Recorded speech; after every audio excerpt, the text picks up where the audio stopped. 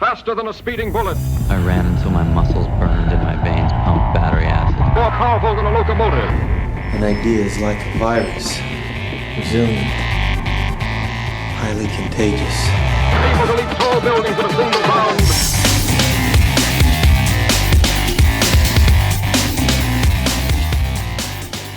Hey guys, Jared Moon here from Into 3 Fitness, and welcome to the Better Humanology podcast. Now, I absolutely want you to know how mind-blowing this podcast was for me. I have a guy who works at Into 3 Fitness. His name is Joe. He's the one who set this podcast up, and I remember messaging him after the fact, and I was like, man, that one absolutely blew my mind, because today I talked to Dr. Benjamin Bikman, and he put a lot of ideas together, like things that I knew independently, different theories about the endocrine system and caloric burn and brown fat and white fat and all these, I had learned all of these different things, like I said, independently. I knew what they did. I knew probably how you could improve one or decrease the other. But what he did for me today in this interview was he connected a lot of them, and it just kind of blew my mind. And one thing that we really talk about is insulin versus ketones, and we also talk about the caloric theory when it comes to how your body, like, let's just call it what it is, how you get fat. Either, you have this caloric excess and it determines your fat gain, or there's the endocrine theory where insulin excess determines fat gain. And we really talk about this caloric versus endocrine theory, as well as a lot of other things. And like I said, this one blew my mind. I took a ton of notes, and really it's shaped a lot of things that I'm testing and experimenting with right now. So without any further ado, listen to this one. Get out your piece of paper and your pen. Here is Dr. Benjamin Bikman. All right, Ben, I'm super pumped to have you on the Better Humanology podcast. Thank you so much for being here today. Oh, thanks for the invitation, Jared. I'm thrilled.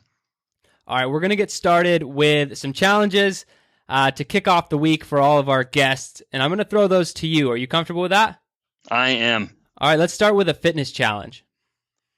Yeah, so I'm a scientist, right? Everything I do, I want to have proof to back it up. So one thing when I lift weights, and I am a huge advocate of resistance training, when I see people running, I just sort of I feel sad for them and shake my head.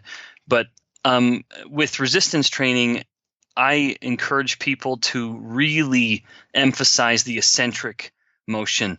When you look at, the two motions of any resistance movement, the concentric and then the eccentric is known to be more anabolic. It's going to do more for muscle building than the concentric motion will. And so when I see guys, doing, let's just say a bench press, and they're really letting the weight drop quickly, that's the eccentric motion in that particular lift. I ache for them, because they're missing out on arguably the best half of that overall motion. So my fitness challenge, pay attention to that negative or that eccentric motion and really, make it happen. Don't cheat through that. Don't speed through it and let the weight just come back down.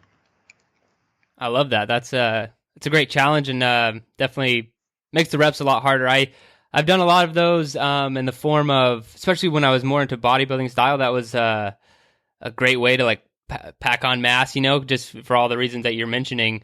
But man, it is some of the most challenging repetitions you'll do in your whole life. It is. It's not a fun way to do it. It certainly makes a lift a little less enjoyable. Yeah. All right. And how about a mental toughness challenge? Yeah. I love that invitation to a mental toughness challenge. It's such a clever idea. I won't pick the low-hanging fruit, which would be saying something about smartphones. I would say my life right now is all about fatherhood. I am immersed in my efforts to be a better dad. And so that sort of comes through in this idea where, for me, my aim and my invitation to anyone is don't react in anger. To have that moment where, especially again with my kids, but this can apply to colleagues, it can apply to spouses or siblings or parents, whatever. We all have that sliver of a moment where someone has done something and we can choose how we will react. And for me, my challenge to myself that I've really been working on is when my kids do something, I've been getting better at stopping myself and saying, well, wait a minute, Ben, you're about to lose it. And has that ever helped resolve a situation? And of course it never does. It never helps. And I've found that. So anyway, I'll get back on topic here. My mental toughness challenge is don't react in anger. Don't let an external cue dictate you losing control. I think that's really, really awesome challenge. I know almost any time that you have a straight reaction with no thought, it's going to end up bad, especially when you are talking about in relationships or, parenting or whatever the case is. How old are your kids? Yeah, I have 3 kids. My oldest is they're 10, then 7, and 4. Oh, nice range there. Yeah, I have 2 kids, a 5-year-old and he just turned 3, so 5 and 3-year-old. Oh, that's great. But yeah, they can they can do some frustrating things sometimes. So I'm fully with you on just like managing that and not reacting, not flying off the handle for things. Yeah, well, it's telling. I was just talking to my wife not long ago. I was raised. I've always been pretty even keeled. Certainly an excitable, lively sort of person, but not one who was prone to real extreme swings in anger. And that meant that even though I was involved in sports, I never really swore. I didn't curse a lot. And now that in the 10 years I've had kids, it's, I've uttered more curse words under my breath, hopefully silently enough, for little ears not to hear, in these last 10 years since being a dad than I had the 30 years previous. Really just having your own kids and raising them. Oh my goodness. It is the ultimate opportunity to become a better person. And in many ways, I just end up concluding at the end of the day, wow, I failed today. But hey, it's all a journey. And I think part of that reason, because to be honest, I've been thinking a lot about almost your exact challenge recently, because much like you, when I was in the military, I'd go through training courses and stuff, and some of the feedback I actually received was like, you actually either just don't care about what's happening right now at all, or you just don't get rattled. And I was like, yeah, okay, maybe it's a little bit of both sometimes, but I think when it comes to your children, there is a magnificent or like huge weight on what you're building these human beings that need to go out and do life to the best of their ability. So I just feel like that might bear on it a little bit more than yeah, that's right. Good point. It's so much more personal. Right. All right, man. So I love having that conversation with you, and anyone who's trying to be a better dad and acknowledges it, I love talking to them, because that's something I'm trying to do myself. Good. All right. So how about a book recommendation for everybody?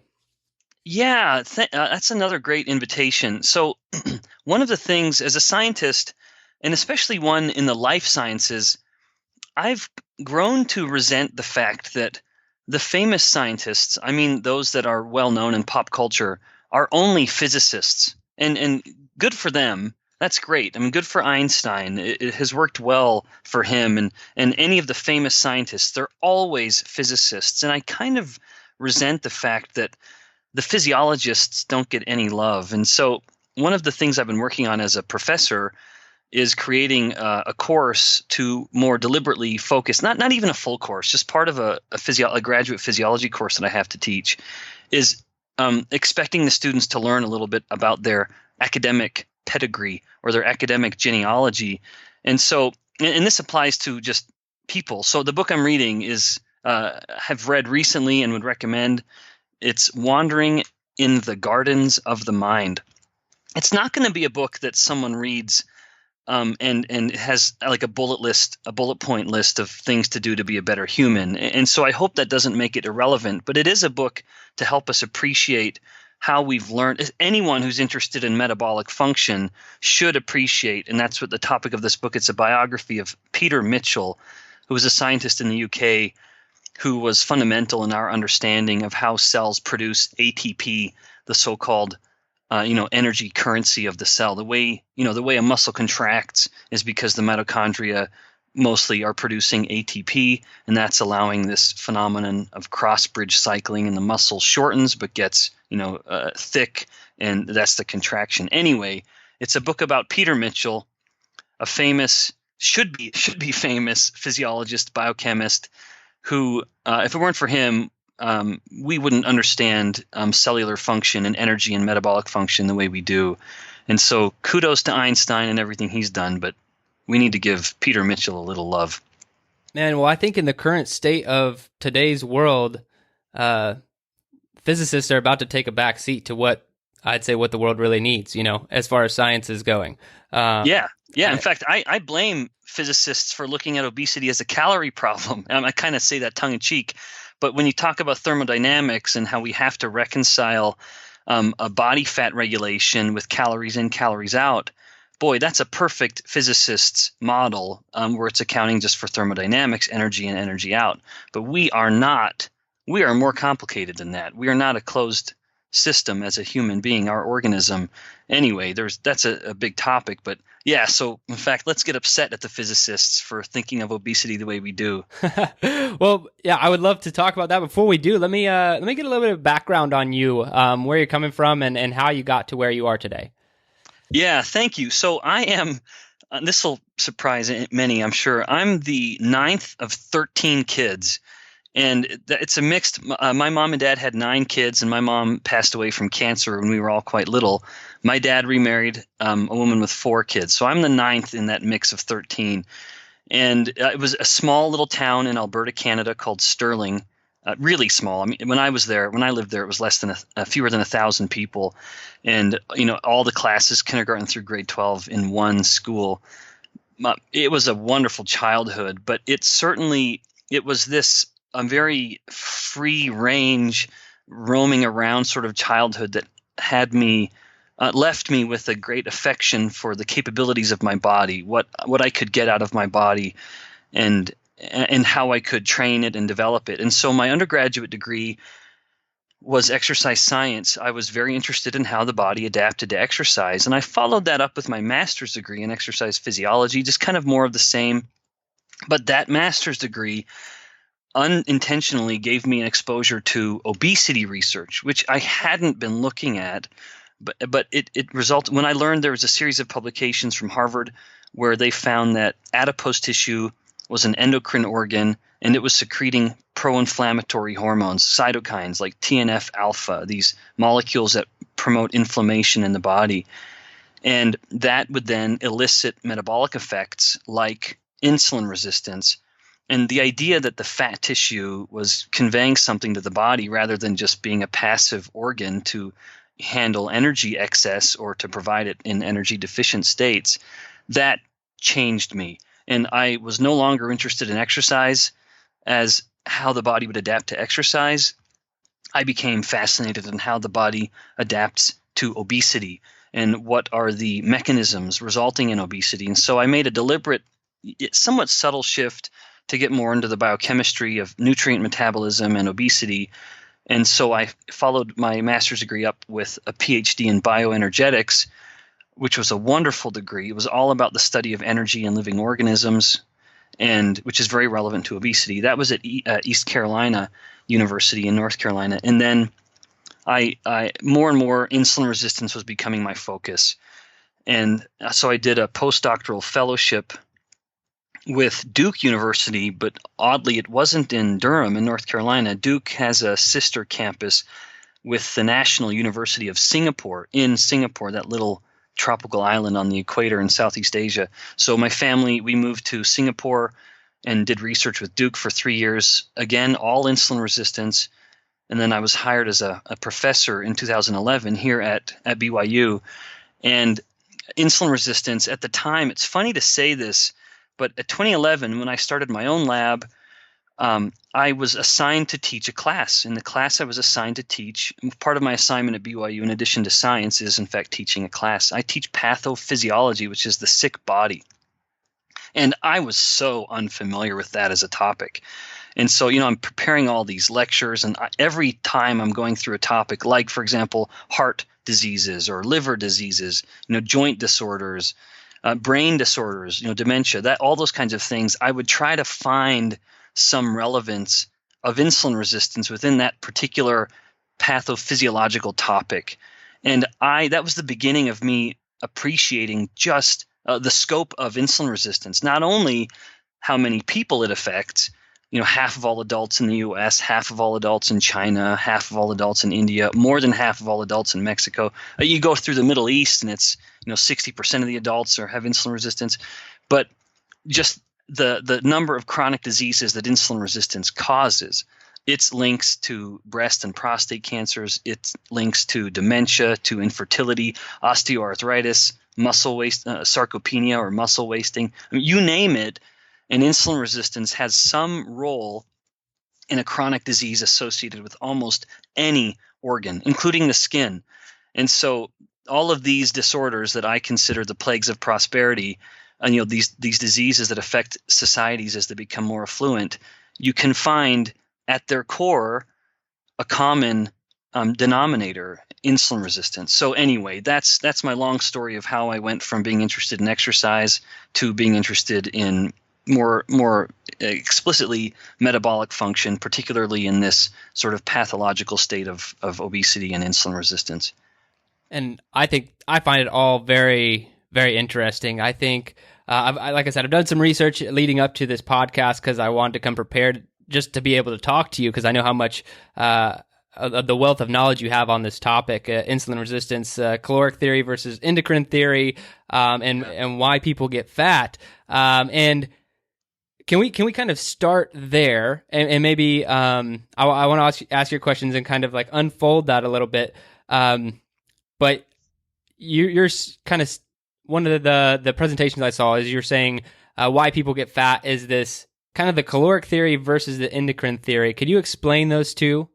Yeah. So right. So this is these are the two prevailing ideas behind why we get fat. How do we understand why the human body is going to be growing its fat cells and getting fat in a whole? And the temptation is to look at it as just simply, like I said earlier, a matter of calories in, calories out. And that is indeed very tempting. And we know that if you are in a caloric deficit, you're going to lose weight. And that's pretty well established.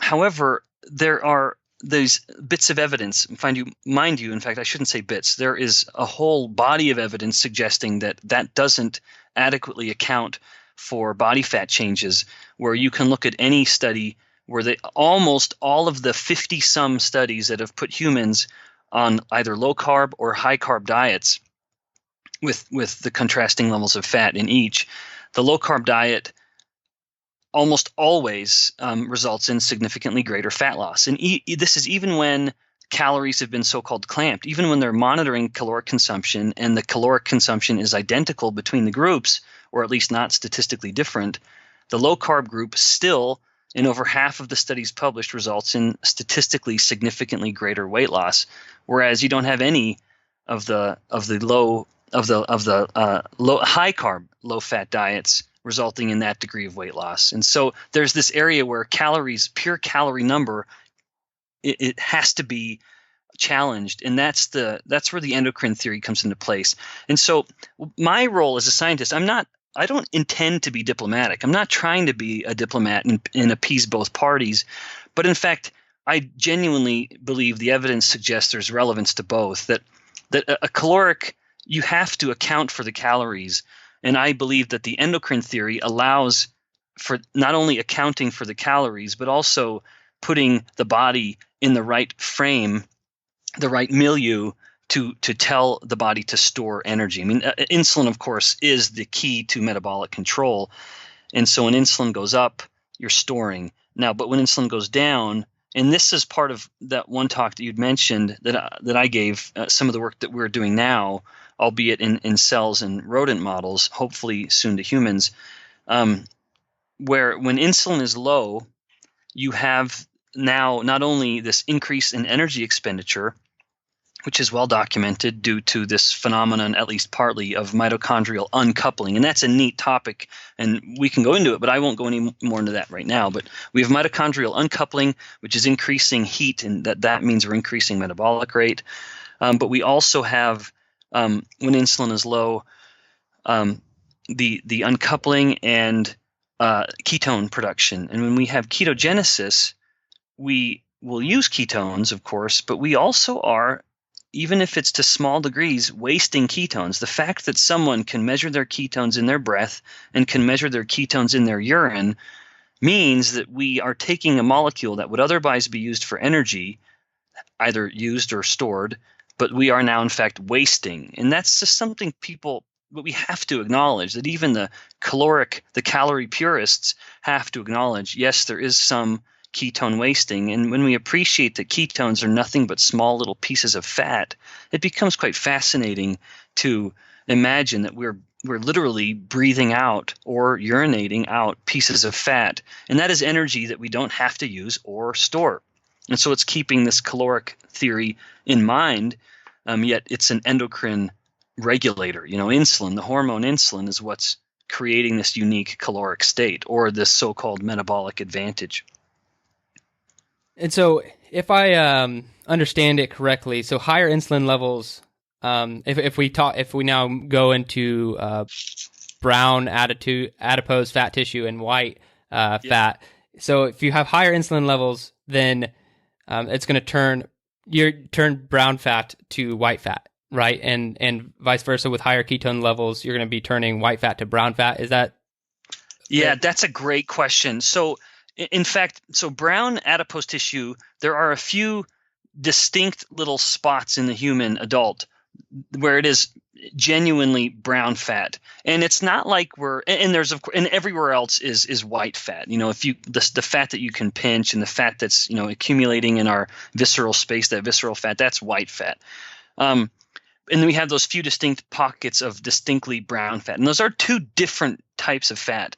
And it's not that insulin is turning brown fat into white fat, for example. And brown fat, in fact, you and I think, have maybe inadvertently skipped a step. So brown fat is the fat tissue that is, in fact, darker reddish brown in color because it has a lot more mitochondria, the powerhouse of the cell.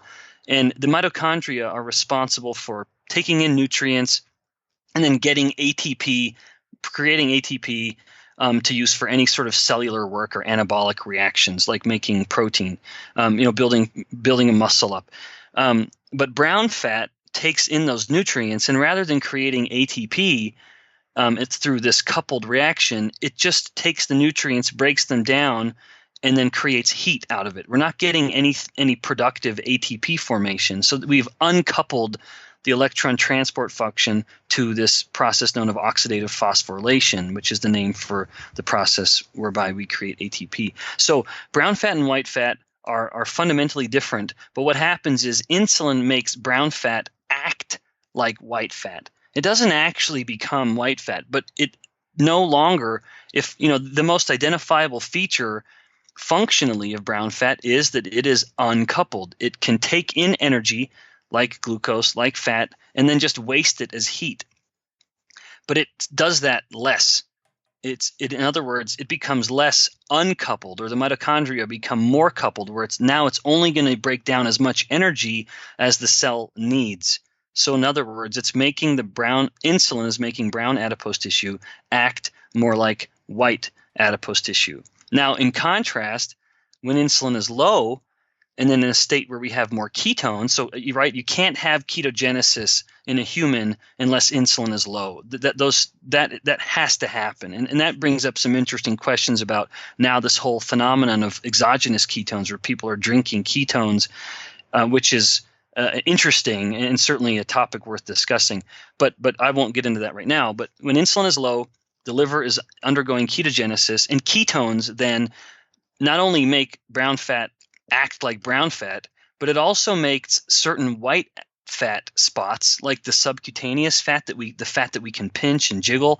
It makes that white fat start to act more like brown fat, where the mitochondria in the white adipose tissue begin to become more uncoupled. So again, in other words, it starts acting more like brown fat. Does that all make sense? Did I explain that adequately? Yeah, let me see if I can spit some of it back at you in my own terms, I guess. So brown fat, I want to see if I understand this mitochondrial uncoupling. And I might not understand it at its deepest level, but it sounds like brown fat through this process is just like an incredibly efficient machine. It's not a hoarder. It takes in what it has, it uses it up, and it doesn't really store anything else. It's just... Well, so Jared, I love that you use the word efficient. Now, in fact, I'm going to treat you like a student and say that's absolutely wrong. It's the wrong one, but I love that you said it. But it is actually brown fat. The better way of looking at it is that it's actually really inefficient, because you think about what it's doing. Brown fat is pulling in substrate like carbohydrate, glucose, or fat, and you would think if it is a really efficient machine, it is only going to use as much as it needs to get the job done. You know what I mean? Right. Like it would be efficient, and so it's going to know, all right, I need to create 10 units of ATP, for example, 10 units of these, 10 molecules of ATP, and which allows the cell to do any work and the muscles to contract, the heart to beat, you name it, everything. And so it will only use, just enough fat or glucose to get those 10 units of ATP. That's what most cells are doing, essentially. Now, no cell is perfect at doing that. There's always some inefficiency in the cell, and that's why, in fact, just because chemical reactions aren't perfect, you always lose some of the energy as heat, and that's why we are warm-blooded, because of those slight little inefficiencies in every cell. But brown fat is, in fact, when you look at it in those terms, it is more, or it is less efficient. It is more inefficient. So it's less efficient because it's taking in energy, but it's taking in more than it actually needs just to create heat. Okay, I gotcha. So but that's its sole process, right? Is it? Yeah, that's its key function. In fact, when you look at little babies, I've done this sort of observational experiment now, N of 3 in the Bikman home, where I look at my kids and I'll get them out of the bathtub, and it's interesting for me to note that newborn little babies, they don't shiver. Little children, little infants don't shiver because they have a lot of uncoupling protein. They have a lot of active and very busy brown fat, and that's keeping their bodies warm. They're little incubators. But as we grow up, this combination of this sort of, and they need it. They need that because their body mass to surface area of the skin is so low that they can't dissipate or they can't thermoregulate very well. But when you're an adult, that ratio has shifted. We can remove our heat very well, or we can store it as we need to. But the way we create heat as we get bigger is we start to shiver. And so we have that phenomenon known as shivering induced thermogenesis. As you twitch the muscles, that creates just the inefficiency of all those chemical reactions create heat. Not in addition, of course, just to friction itself. But that's our way of creating heat, because we don't have as much brown fat as the infant does. But anyway, so it's relevant to even human physiology. And even adults still do have brown fat, just not as much as we do when we're kids. Is there a way to get more brown fat? Yeah, excellent question. So you can, this has been controversial, but more and more the evidence does suggest that yes, adults have it, and yes, it can in fact influence metabolic health. There's a few things. Now, mind you, so I'll tell you the first one that's well established, cold exposure. So if you put yourself out there at 4 degrees Celsius, for like, I don't remember the time, let's say 30 minutes or 1 hour every day, you are going to activate your brown fat and likely be developing more of it. That's well known that cold exposure will activate brown fat in humans.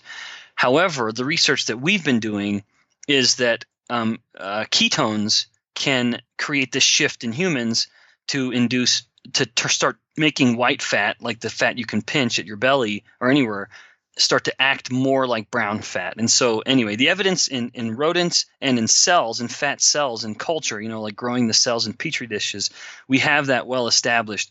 Ketones can make white fat act like brown fat. We're uncoupling.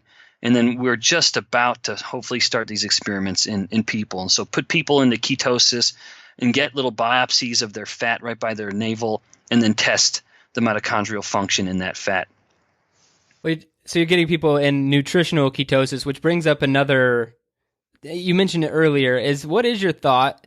Because there have been a lot of studies on, and you probably, did some of them, just on nutritional ketosis in general and its effects in different areas, but then you have these exogenous ketones that people are taking. Yeah. And then, but these same supplement companies will then link to a study that had to do with nutritional ketosis, not taking their supplement. And that's not fair. And I don't mean to. What I don't want to do, and again, it's not because I'm not trying to be a diplomat. Part of being a scientist is really being honest when you don't know something. So I don't want to throw exogenous ketones under the bus, but comparing it, like you said, making that comparison to nutritional ketosis is not at all accurate. So my history in understanding ketosis or ketogenic diets and the benefits of ketones, it's interesting because I didn't ever look at it. It was years before I even considered the relevance of the ketones. To me, the real benefit of nutritional ketosis is being in a state where insulin is in control. I sort of went on my spiel a moment ago, but if you are living a life where your insulin is kept humming along at basal levels for the better part of every day, you are going to be lean. You are going to have a healthy heart, healthy blood vessels, healthy gonads, healthy liver, healthy joints, healthy brain, healthy nerves. And I'm saying that in everything I just mentioned, I can cite peer-reviewed studies to back that up. The benefits of keeping insulin low are myriad. To me, the fact that is also a ketogenic state and that ketones themselves are viable, beneficial molecules, that to me, when I began to really appreciate that was just icing on the cake. So that is the benefit of nutritional ketosis. When you are living a life, eating a diet, following a diet that is keeping your insulin in control, one of the many benefits of that will be you're providing this supplemental energy, this nutrient, these ketones that in and of themselves appear to be beneficial. And indeed they are. I shouldn't say appear to be. They are beneficial. They reduce oxidative stress. They appear in our case to be inducing mitochondrial uncoupling at fat tissue, which helps create this metabolic advantage in a low-carb diet. So that is nutritional ketosis. The problem with exogenous ketones is they're trying to get the benefit of the ketones, but they're not accounting for having to control insulin. And that, to me, that's the elephant in the room. Yes, the ketones are fine, but they're just a beneficial side effect of controlling insulin. So this kind of admittedly cheeky scenario that I put out there is that you can have someone who's drinking their solution of ketones while eating a bagel. And the funny thing there is that, yep, I bet they'll be in ketosis. They can do a little finger prick and measure, and their ketones are going to be, 1 millimolar. Oh, yep, there we go. We're in ketosis. But that shouldn't have happened. In nature, we don't eat ketones. We make them from our liver when insulin is sufficiently low. And what's funny, when you have that, let's just imagine that scenario, and maybe nobody does this, but they're drinking their ketones, they're eating the bagel. When that bagel gets into the bloodstream in the form of glucose, all that incredible amount of starch from the bagel, they're going to have a huge spike. Insulin's going to go up 10 times. But they're also drinking ketones. And the funny thing is, when the ketone hits the mitochondria, or the beta hydroxybutyrate or the acetoacetyl-CoA, it is split into molecules of acetyl-CoA. And when insulin is high, like it's going to be when you eat a bagel, it's going to tell acetyl-CoA to turn into fat. Those acetyl-CoA molecules, those little 2-carbon units, will start joining together, creating the long chain of carbons known as a fatty acid or a fat. And that'll be joined to a glycerol backbone and create a triglyceride molecule, and it's stored in the fat cell. And now I don't have evidence to prove that. That's not a study I've ever seen done. But the biochemistry certainly adds up. In other words, again, I fear that I'm going on too many tangents here, but if you are drinking your ketones and eating something starchy or sugary that's eliciting an insulin spike, you're going to turn those ketones into fat. And no, I fully agree. Just from a fitness professional standpoint, when I saw those starting to get popular, because that's what the mainstream is going to do. They're not going to, I'm sure that you could give me some safe parameters or, situations in which I should use them, or it would be a good idea and it would be perfectly fine. But the exact situation or scenario that you're laying out is probably going to be more often than not. People are like, oh yeah, I need, ketones have this, cognitive benefit. And so they're going to be like, I'm going to have my ketones with my morning coffee and my morning bagel. Like, that's not too far-fetched at all for me, what I think people would actually do, not understanding truly what ketosis is or how to get into it. They just saw the supplement marketed, and the big pull, the video that they show you is, hey, you don't worry about having to go like so low carb that you spark your body into a state of ketosis. Just take it. Here's the easy button has been created for you. So it is frustrating to see, and I'm sure the situation that you laid out is going to be happening more often than not with people taking those. So hopefully our conversation here can help a little bit.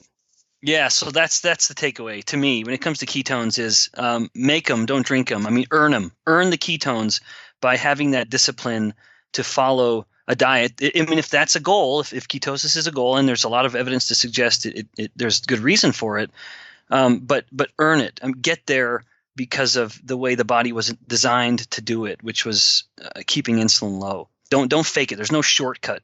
There shouldn't be a shortcut to ketosis. So do you think that most people should be eating a ketogenic diet, or do you think that this is something that is more for someone who has can't keep their insulin low or can't control their insulin as well? Yeah, that's a great question. So I am not, in fact, despite this whole conversation, I am not an outspoken advocate of a ketogenic diet just for the sake of a ketogenic diet or just for the sake of ketosis. You can have tremendous So again, coming from my perspective, I'm an advocate of just controlling insulin, whatever that may mean. Now, the fact of the matter is, one of the good signs of whether you're controlling your insulin or not is ketogenesis, but you don't have to go that far to reap the benefits. And there's some good support for this. There was one particular study from the New England Journal of Medicine. There was a big upside to the group that was eating, I can't exactly remember, but like 50% fat, very comparable to the group that was eating, 75% fat, like in actual ketosis. And both of them were better at weight loss and insulin control than the low fat, high carb diet, where it was like 60% carbs. And so I'm really in favor of just even subtle, depending on the person, of course, but just to shift the macronutrients kind of back to where they used to be. If someone just goes 50% fat, they're not going to be in ketosis. That's still going to be so much better than where they were when they were only 30% fat and 60% carbs or whatever. So I'm not, despite my research into ketones, I wouldn't be the person standing up, waving the flag and saying everyone must be in ketosis, despite my personal appreciation of ketosis and ketogenic diets. But I am the person who's up on the mountaintop shouting, saying we need to eat more fat and we need to start eating fewer carbs. And I'm in complete agreement there. I give a lot of macronutrient breakdown plans for athletes, and part of the reason I started doing that is because I believe in higher fat diets, and I was seeing a lot of people out in the, let's say, marketplace doing exactly what you just said, advocating for these 60% carbohydrate diets, and it's just not something I could be on board with. But you said the main thing here is controlling insulin. So what have you found? What are some of the best ways to do that? Obviously, lowering carbohydrate intake, ketogenic diets. Have you found other things to help control insulin? Well, that is the big one, no doubt. So we could really that question can really be answered by just controlling carbs. Now, mind you, the benefit, one of the magic things about low carb, high fat is that you start to mimic a fasting state without the actual deficiency of calories.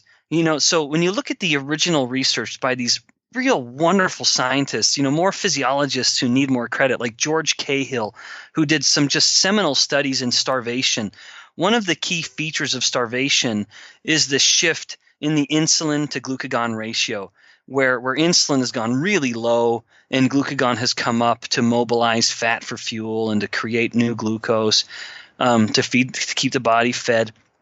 The interesting thing about that is that a low carb, high fat diet mimics that same endocrine balance in that fasted state. It elicits a same change in the insulin to glucagon ratio. So your body starts to, in a way, behave like it's in starvation. In particular, it's mobilizing its fuel to use, it's mobilizing fat to use for energy.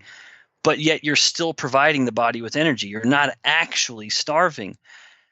So that's one of the key benefits in controlling insulin. Now, but it is in fact absolutely true that you can simply calorie restrict. The good old fashioned way that that mom and dad used to do to try to lose weight, and anybody else these days, frankly, to try to lose weight, they're gonna eat less. They're gonna be eating only part of that low fat chicken breast or part of that low fat salad to try to keep calories down.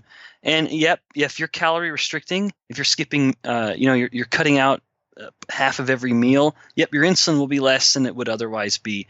But you begin to starve your body, and that's not a good thing. In fact, those states of extreme starvation like anorexia nervosa, it becomes such a high stress environment in the body that you'd think, I'm just never going to eat again. But in fact, the opposite, what the body begins to do is when cortisol starts to climb so high, because cortisol is the stress hormone in the body. Cortisol is also an insulin antagonist. So cortisol, I could take any group of humans, do a slow infusion of cortisol and measure their insulin sensitivity, and they'd be insulin resistant. Cortisol makes the body insulin resistant. And so in those unfortunate states, and those are truly unfortunate, with anorexia nervosa, when the person starts eating again, their insulin is so primed to make them fat that they gain weight back. They gain fat mass back particularly quickly. So higher levels of cortisol and higher levels of insulin just are like yeah, that's like the worst thing you could do. That's a metabolic storm. But you look at people with cortisol diseases like Cushing syndrome or Cushing disease. These people, it's so sad. I mean, they can do nothing. They have this, let's say, like a cortisol secreting tumor, and cortisol starts to drive up. Not only is cortisol promoting glucose production from the liver, so they're becoming hyperglycemic, but that event, in addition to just making cells less responsive to insulin, makes this huge increase in insulin. And of course, when insulin is high, fat cells grow. And so these people just become slaves to their hormones, and they gain an incredible amount of fat, like 40 pounds, in a month or so, once their cortisol starts to spike. I mean, it really, in fact, that's a testament to the power of hormones when it comes to dictating how the body uses fuel. That's incredible. I do have one question. This is kind of jumping back, but this is just more out of my own curiosity. So when, a diabetic starts on insulin shots, the pancreas becomes less, it doesn't work as well, right? It's now, are you talking type 1 or type 2 diabetes? Because that's a relevant question. Well, let's go with both. Okay. Because I don't understand the genetic one as much, even though I have family members who have it. Who have type 1? Is that the one you're referring to? Yes. But in fact, it's funny you say that, Jared, because type 1 diabetes is like 6% genetic, and type 2 diabetes is like 45% genetic. Isn't that funny? So if either of them is genetic, it's actually probably more type 2. But type 1 is the autoimmune condition where your body is destroying its own beta cells on the pancreas, the cells that make insulin. Your own immune system is attacking and destroying it. Whereas with type 2 diabetes, it's that your body has become so resistant to insulin that even though at the beginning of diagnosis, in most cases, the type 2 diabetic is actually hyperinsulinemic, they have more insulin than they should, it's not enough to keep their glucose in control, and so the doctor will often put them on insulin therapy. But the great tragedy, so the only thing that type 1 diabetes and type 2 diabetes have in common is that they have elevated levels of glucose. But when you look at the insulin, it's exactly opposite. So I consider it one of the great tragedies that we consider them even in the same family of diseases. Because if we looked at the diseases as diseases of insulin, which is how I advocate we should consider them, they're exactly the opposite. And then we'd never want to treat them the same way. Giving insulin to a type 2 diabetic is like giving an alcoholic more alcohol to try to improve their alcoholism. Right. All you're going to do is make them fatter and sicker. And sure enough, when the type 2 diabetics that have to take more insulin, they're 3 times more likely to die from heart disease. And they'll usually gain about 20 pounds in 6 months of pure fat. Now, that's the type 2 diabetic. And the type 1 diabetic, they also will gain fat quite quickly. They're not necessarily going to have a significantly greater risk of heart disease, but they can. A type 1 diabetic, if this type 1 diabetic is eating bagels at every meal, for example, and they're snacking on starchy foods or sugary foods every 2 hours, they're going to have to give themselves a lot of insulin, or their pump is going to give them a lot of insulin in order to control their glucose and keep their glucose in normal levels, because that's one of insulin's main effects.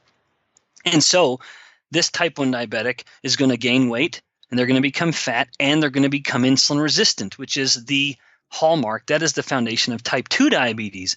And so in that instance, you have a type 1 diabetic who also develops type 2. And so we call that double diabetes. Wow. But suffice it to say, back to your question, whether it's type 1 or type 2, or any person who's taking insulin for whatever reason they may, they're going to gain fat mass. Now, except when you have bodybuilders who are abusing insulin to get anabolic, they're being smart enough about it that they're not getting that lipogenic or that fat-inducing effect of it just because of how they're timing it, the dosing, and where they're putting it. But in the average person, the diabetic, they're going to get fat. Whether they are, in fact, there are type 1 diabetics who call their insulin shots their fat shots because they learn how potent insulin is at making their body gain weight. They'll go into the hospital looking like they've been starving because their insulin has been so low when they're first diagnosed with type 1 diabetes. They can come out of the hospital 4 or 5 days later, and they can't even put on that same pair of pants because they've gained 5 or 6 pounds of pure fat around their belly. Wow. In fact, Jared, I won't beat this too much more, but the great tragedy with type 1 diabetes is when it happens in a young teenage girl, and she learns how fattening insulin is, and she begins to abuse that and actually underdose. And that's a phenomenon known as diabulimia.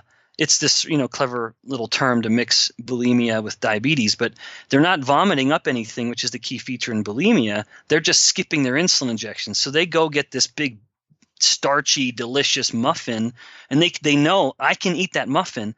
And if I just deliberately underdose on my insulin, I won't get fat from it, so I can wear that pair of pants that I want to wear. Now, so the great tragedy is the body will look good because they're not getting fat, according to their own perception of what's good. But inside, it's dying. They may have glucose levels 10 times higher than they should. Their ketones will be way higher than they should, well beyond the state of healthy, normal ketosis, into the realm of ketoacidosis. And so they'll die young, but they'll look great in the coffin. That's incredible. Now, this just sparked a random thought in my head. Now, this has, just out of curiosity, say if exogenous ketones were to get way mainstream, and you're talking about people eating their starchy bagel and still taking them. Can your body do the same thing that it does with insulin? And as far as if you keep taking them, that your body will be less likely to produce them? Is that something that can happen with ketones? Oh, that's a great question. I don't think so, because ketogenesis is entirely a phenomenon regulated by insulin. I mean, insulin is the regulator of ketogenesis. And so if whether you're drinking them, if you're drinking them, and no, that's not necessarily going to stop the liver's production. Like as far as I know, there's no ketone monitor in the blood, which is going to say, wait a minute, I've gotten to 3 millimolar. And if I go, too much above, and if I'm getting too close to 10, my pH is going to start changing. So I'm going to stop ketogenesis. No, I'm unaware of any phenomenon like that. So exogenous ketones would not that I can imagine inhibit endogenous ketogenesis. In other words, the natural production of ketones. It's all a matter of insulin. But even there, it's a delicate matter, because let's say a person is in fact following already a low carb, high fat ketogenic diet, and they're in ketosis hovering around 2 millimolar, let's say, which is pretty far. Let's just say maybe around 1.5, and they're taking ketones. Boy, I mean, there's a depending on the body, there's no real fine line between ketosis, which is healthy and totally normal, versus ketoacidosis, which no person with a functioning pancreas can get into. One of the fears with people that adopt low carb, or at least when they're looking at it, one of their first questions is, oh, well, I'm going to get into ketoacidosis. And you can't do that. You can't eat your way to ketoacidosis, because if you have a healthy pancreas that's making insulin, even if you eat no carbohydrate, there's always enough glucose in your blood, like through gluconeogenesis from the liver, that there's always this sort of basal humming along level of insulin.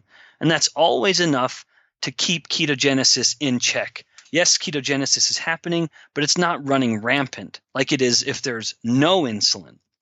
And so unless you're an untreated type 1 diabetic, or in fact you're binge drinking really, really hard alcohol, that is like the only two states of getting into ketoacidosis. For the rest of us, we can only ever get into ketosis. But in the person who's in ketosis and taking exogenous ketones, it may, mind you, it probably can't happen. They probably can't take that much orally, but it's possible that they could be taking so much that they're now in fact going to start hurting their pH, and they would in fact be somewhat acidic. That's I was just Jared, wondering, I don't want to be too. So let me just say, despite me sort of poo-pooing exogenous ketones, let me just one thing.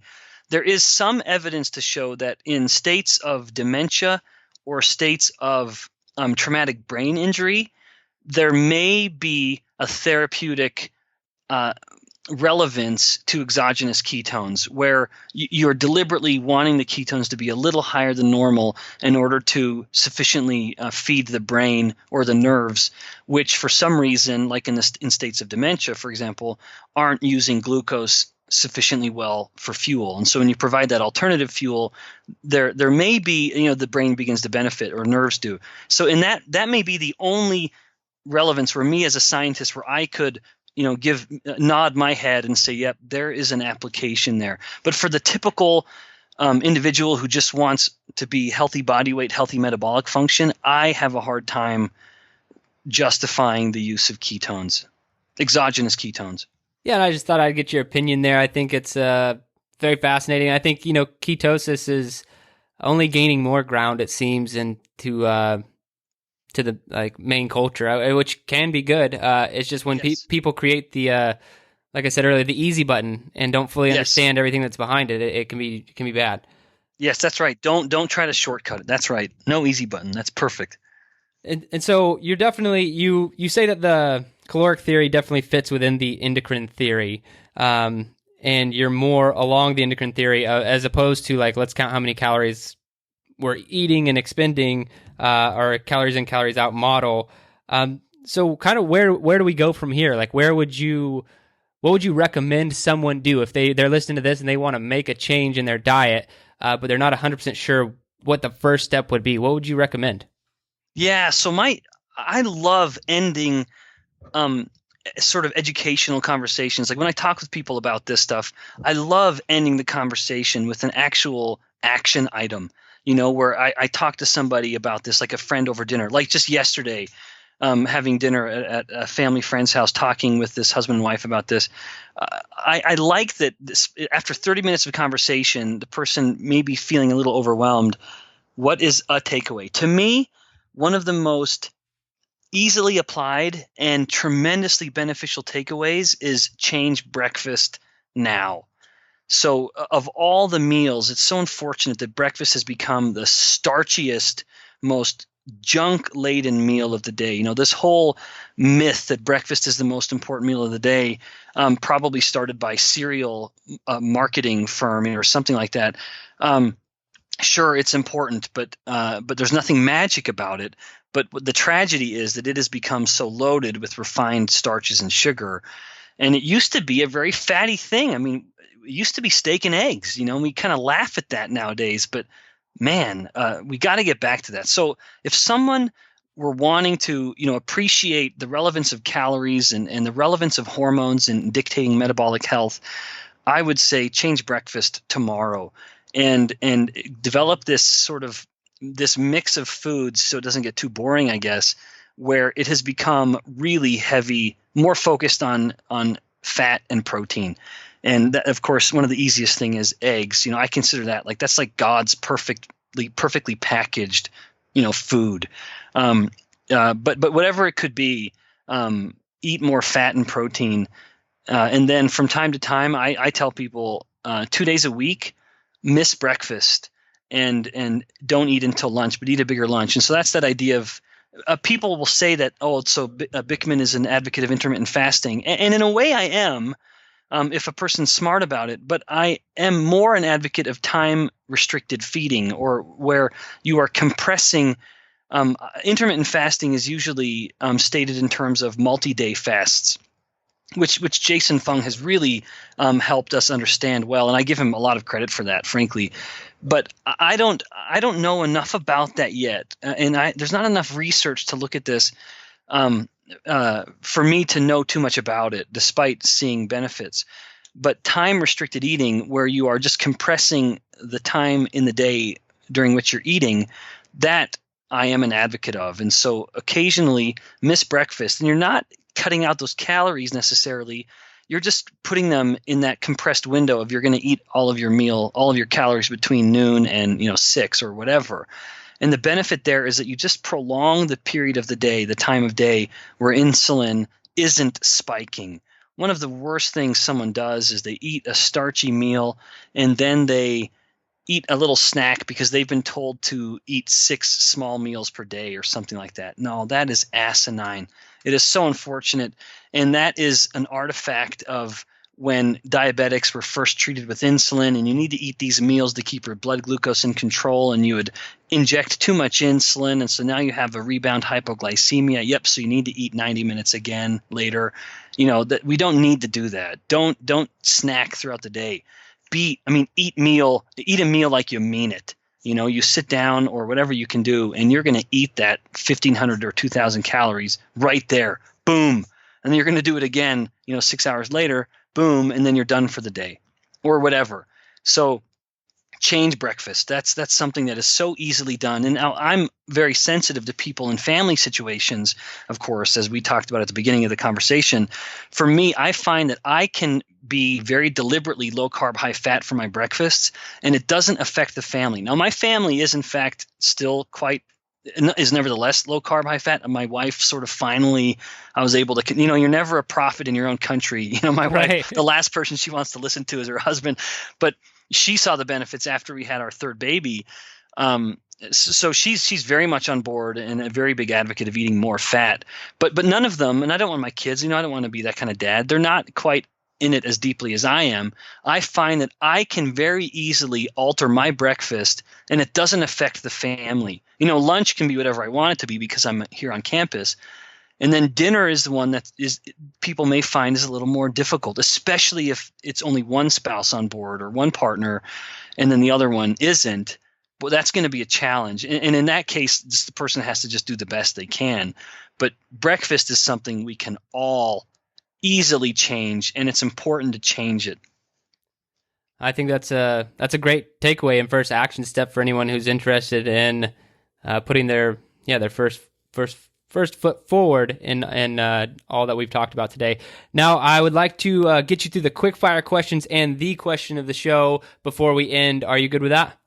I am. Yeah, this has been great, Jared. Thanks. Yeah, let's go. All right. What's the hardest workout you've ever done? Oh, goodness. I hate this. This is probably cliche. There's no one moment that sticks out. It's just pretty much any leg day, where I split my leg days up into pusher leg day and puller leg day. And I have a slight preference for puller leg day where I start out with deadlifts. That's any leg day is my hardest workout. Awesome. Yeah. All right. In your opinion, what's the best activity for building mental toughness? Yeah, that's a great question. I'm I'll just go back to my other toughness challenge, building mental toughness. It is, maybe this will be a little twist. Learn to listen better than learning to speak. So have the patience to listen to someone who's telling you something and really try to understand them before you want them to understand you. So that sort of idea of seek first to understand, then to be understood. That might seem like it's a silly cliche, but it is mental toughness, and it's something I have struggled with. Let a person have the patience, for me mentally, have the patience to let them finish saying what they want to say, make sure I really understand them, and then I share my piece, whatever it may be.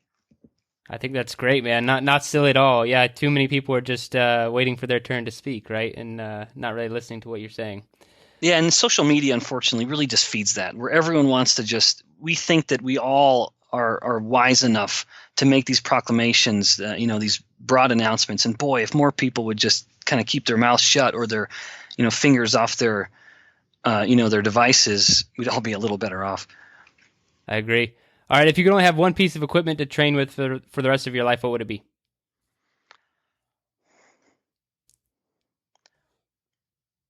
A pull-up bar. All right, I like it. Get a lot of stuff done with that.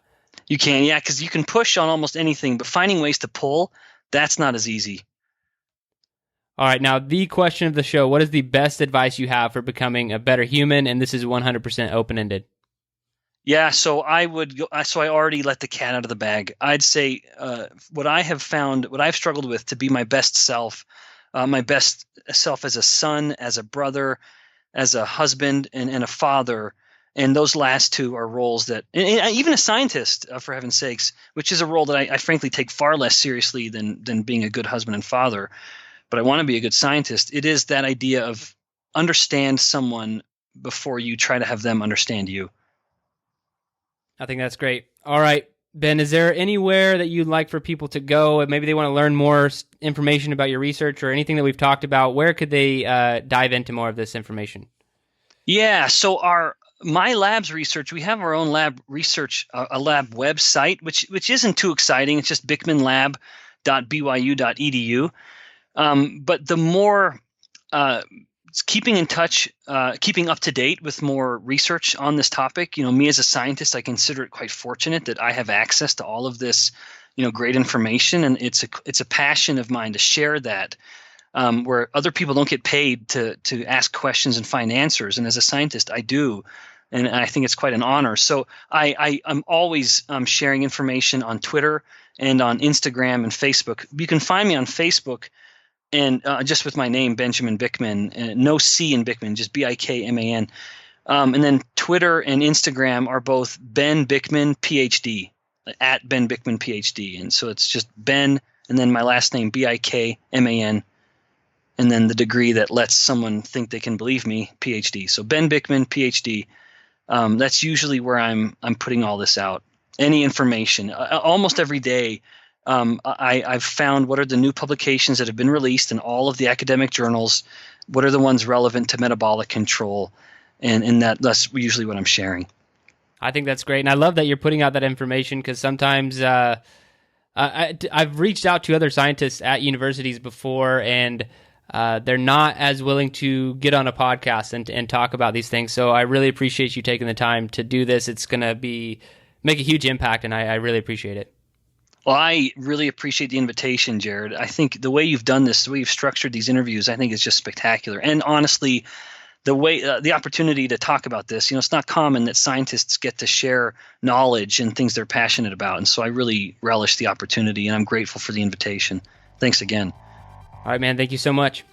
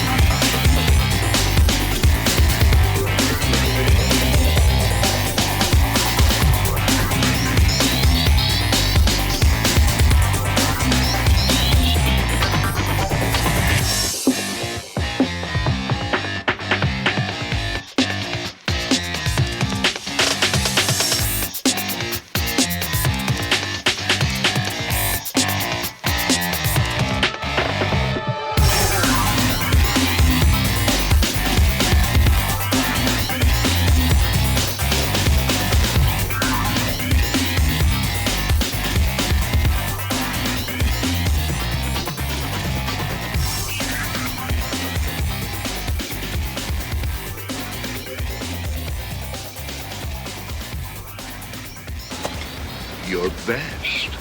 Losers always whine about their best.